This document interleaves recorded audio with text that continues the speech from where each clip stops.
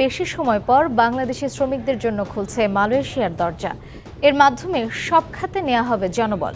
মালয়েশিয়ায় বাংলাদেশি কর্মী নিয়োগে প্রবাসী কল্যাণ ও বৈদেশিক কর্মসংস্থান মন্ত্রণালয়ের সঙ্গে একটি সমঝোতা স্মারক স্বাক্ষর করতে যাচ্ছে মালয়েশিয়া সরকার। এ নিয়ে বিস্তারিত জানাতে মালয়েশিয়ার কুয়ালালামপুর থেকে যুক্ত হচ্ছেন সহকর্মী আব্দুল কাদের। সরাসরি চলে যাচ্ছি তার কাছে।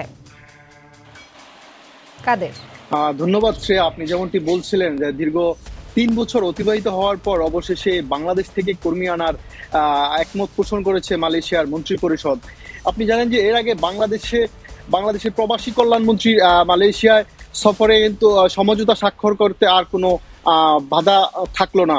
আপনি জানেন যে এর আগে গত অক্টোবরে শুধু বৃক্ষরোপণ খাতে বিদেশি শ্রমিক দেওয়ার কথা হলেও এবার কিন্তু বৃক্ষরোপণের পাশাপাশি এগ্রিকালচার, ম্যানুফ্যাকচারিং, সার্ভিস, কনস্ট্রাকশন সহ সকল খাতেই বাংলাদেশি শ্রমিকদের আনার কথা জানিয়েছে মালয়েশিয়ার মানব সম্পদ মন্ত্রণালয়। শ্রেয়া, তবে নতুন করে বিদেশি কর্মী আনার ক্ষেত্রে সরকারের স্বাস্থ্য মন্ত্রণালয় ও জাতীয় নিরাপত্তা কাউন্সিলের সঙ্গে আলোচনা করে দেশে কোয়ারেন্টাইনে নানা ইস্যুতে বেশ কিছু সিদ্ধান্ত নতুন করে আসতে পারে বলেও জানিয়েছেন মালয়েশিয়ার মানব সম্পদ মন্ত্রী এম সারভানান। এছাড়া দেশটির রপ্তানি ভিত্তিক যে কোম্পানিগুলোতে শ্রমিকের যে চাহিদা সেটি বিপুল থাকায় এই শিল্প খাতের কারখানা আগামী বছরের নাগাদ প্রায় 6 লাখেরও বেশি শ্রমিক আনার কথা রয়েছে।